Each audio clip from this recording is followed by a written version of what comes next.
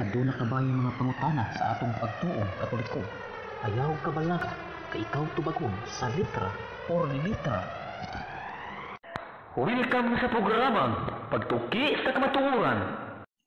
Hi guys, welcome back to my YouTube channel, GMV Collections. Welcome usab sa atong programang Pagtuki sa Kamatuoran. Atong topic karon, guys, ang mahitungod sa mga pangutana nga nagikan sa ato ang usa ka igsuon nga si Sister Sita Wanka. Ang iyang pangutana o ang iyang post mao kini: diin mag-ingon si Jesus Christ nga Romano Katoliko iyang gitukod. Unsa nga verse? Unsa kuno nga verse? Unsaon man nato sila pagtubag niini? Okay.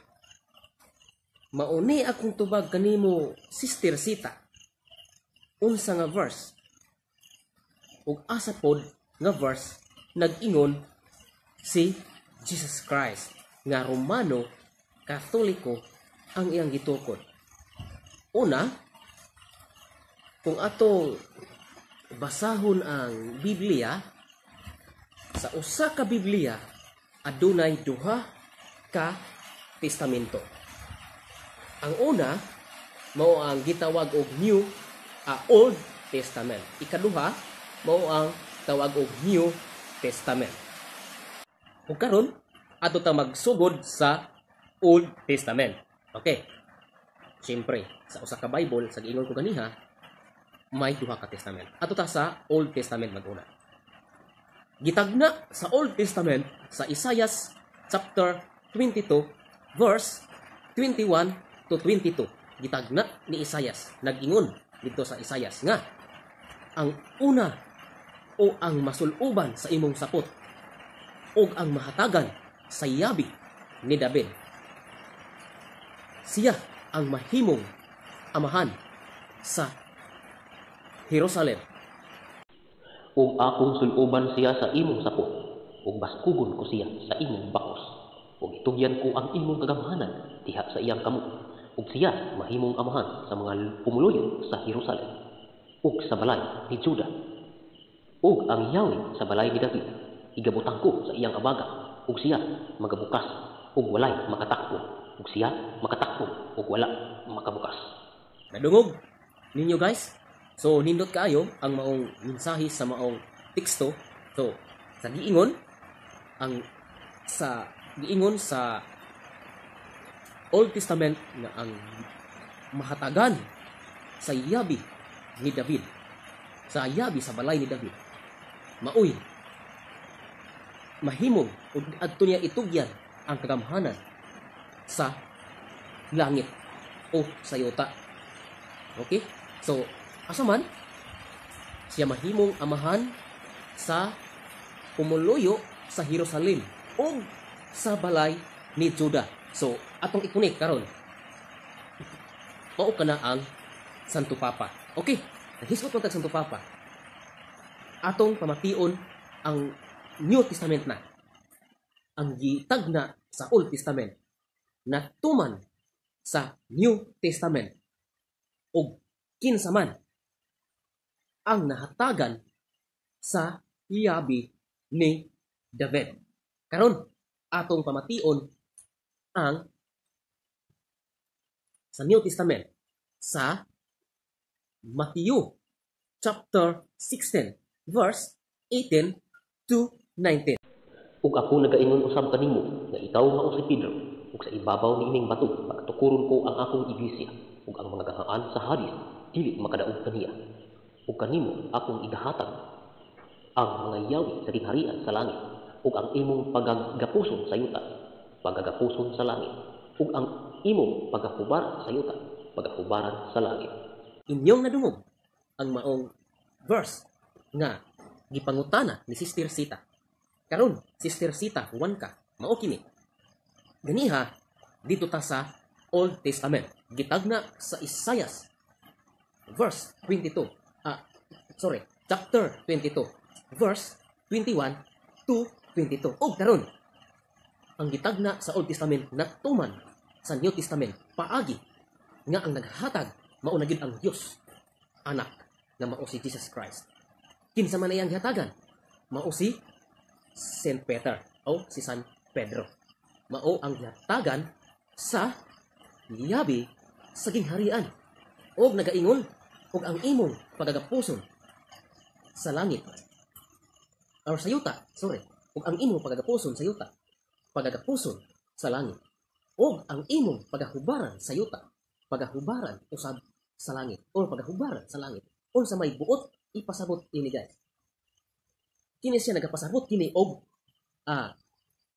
balaod.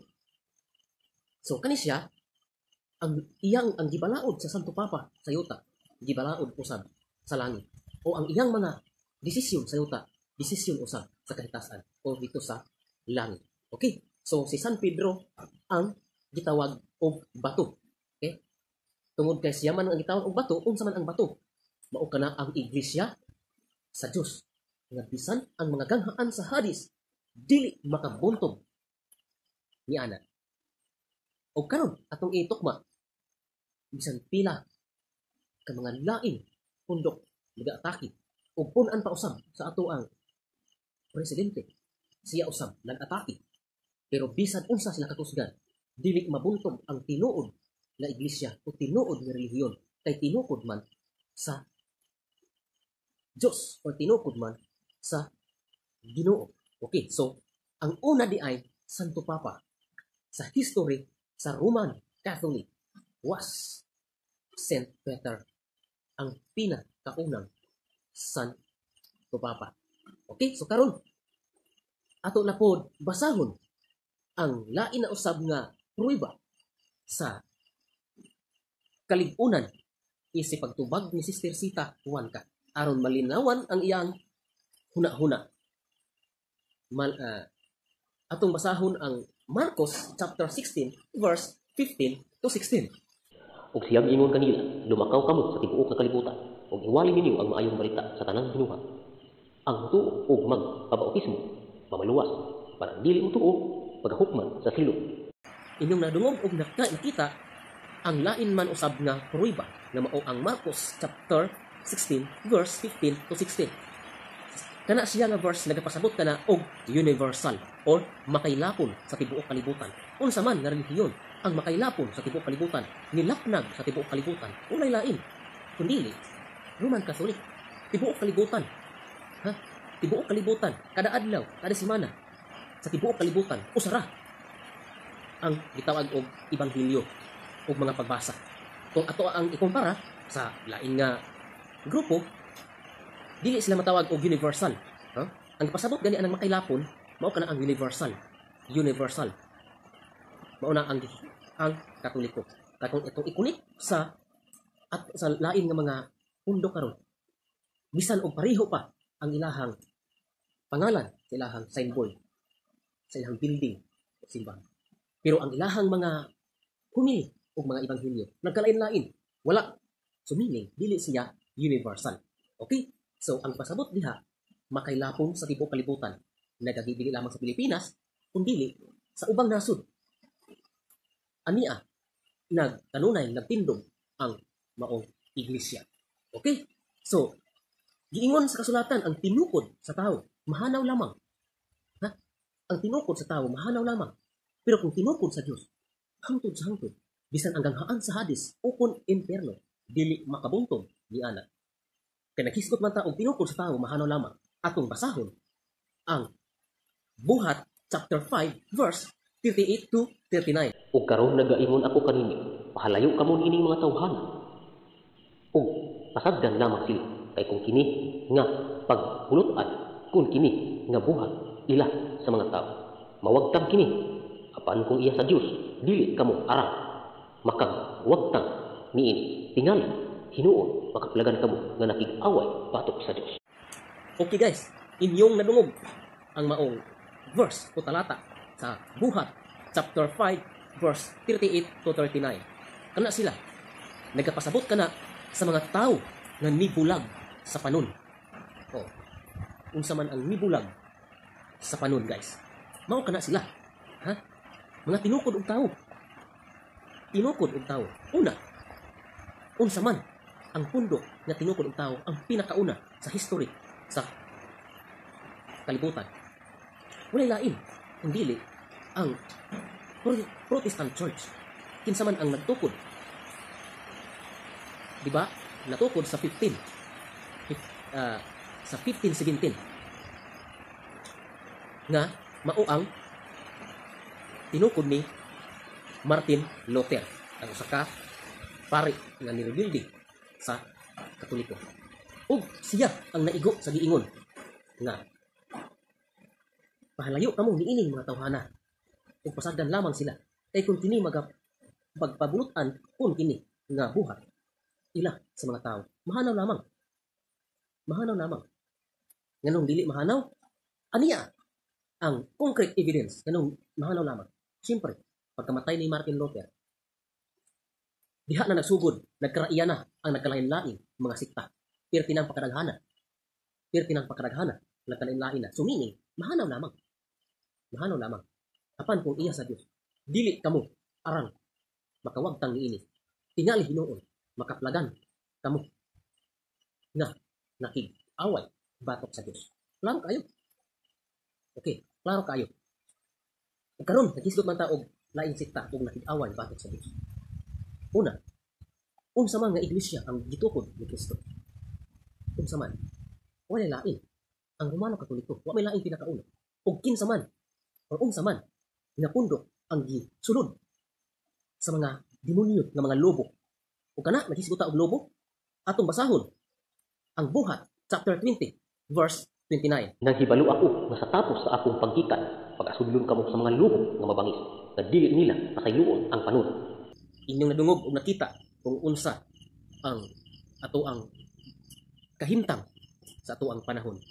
Gikan sa una, paghatag sa atong Ginoong Hesukristo ngadto paagi ni San Pedro, paghatag sa yabi sa gingharian nga mao ang relihiyon nga iglesia. Ug tapos sa iyang pagikan ug iyang paghatag, nakahibalo na siyang daan nga pagasudlon og mga lubong nga mabangis. Way lain, mao kana ang mga supakiro nga mga rebuilding Katoliko, gikan sa Katoliko nga nibiya patubang sa laing grupo.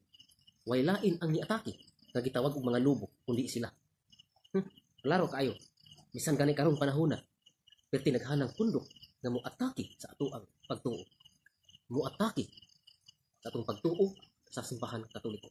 Okay? So karon, bisan gani ang ato ang pangulo misulay pag-atake, pero bisan unsaon ang tinukod sa Ginoo dili mabuntog sa impyerno. O karon, og Sister Sita akong natubag ang muhang pangutana asa nga verse. O gawas sa bersikulo sa Biblia adunay duha, Old and New Testament. O ato usab gi lantaw sa history. Ato ipakita ang history. Gi-search nato sa Google kinsa ang who founded the Roman Catholic Church. Okay, walain Jesus according to the sacred tradition, sagrado tradition. Okay? O ang pinakauna nga ni biya sa Katoliko nga mao si Martin. Ato ang i-search who founded the Protestant Church. Si Martin Luther. Sa giingon ganiha, ang tinukod og tao mahanaw lamang. Sakto. Nahanaw lamang. Wala man tuon mahanaw, nagkatibulaan. Wala man mohanaw pa karon, pero nagkatibulaan. Ug nagkalain-lain na pud ang mga founder. So dili sila tinuod, kay di man tinukod sa Dios. Okay, nagisgot man tag tinukod sa Dios. Hitagna nga ang Dios magtukod sa gingharian. Na dili mabuntog ug kana siya atong mabasa sa Daniel chapter 2 verse 44. Okay? O kana siya ako natubag ang maong mga pangutana. Okay, Sister Sita, uwan ka. Sugod karon. Pag basa-basa na og Biblia o mga history. Tungod kay ang Biblia, part man siya sa history. Okay? So, karon atong nabati og nadungog ang kamatuoran kung kinsa ang nagtukod sa Romano Katoliko, kung kinsa ang mga maglulutos, kung kinsa ang mga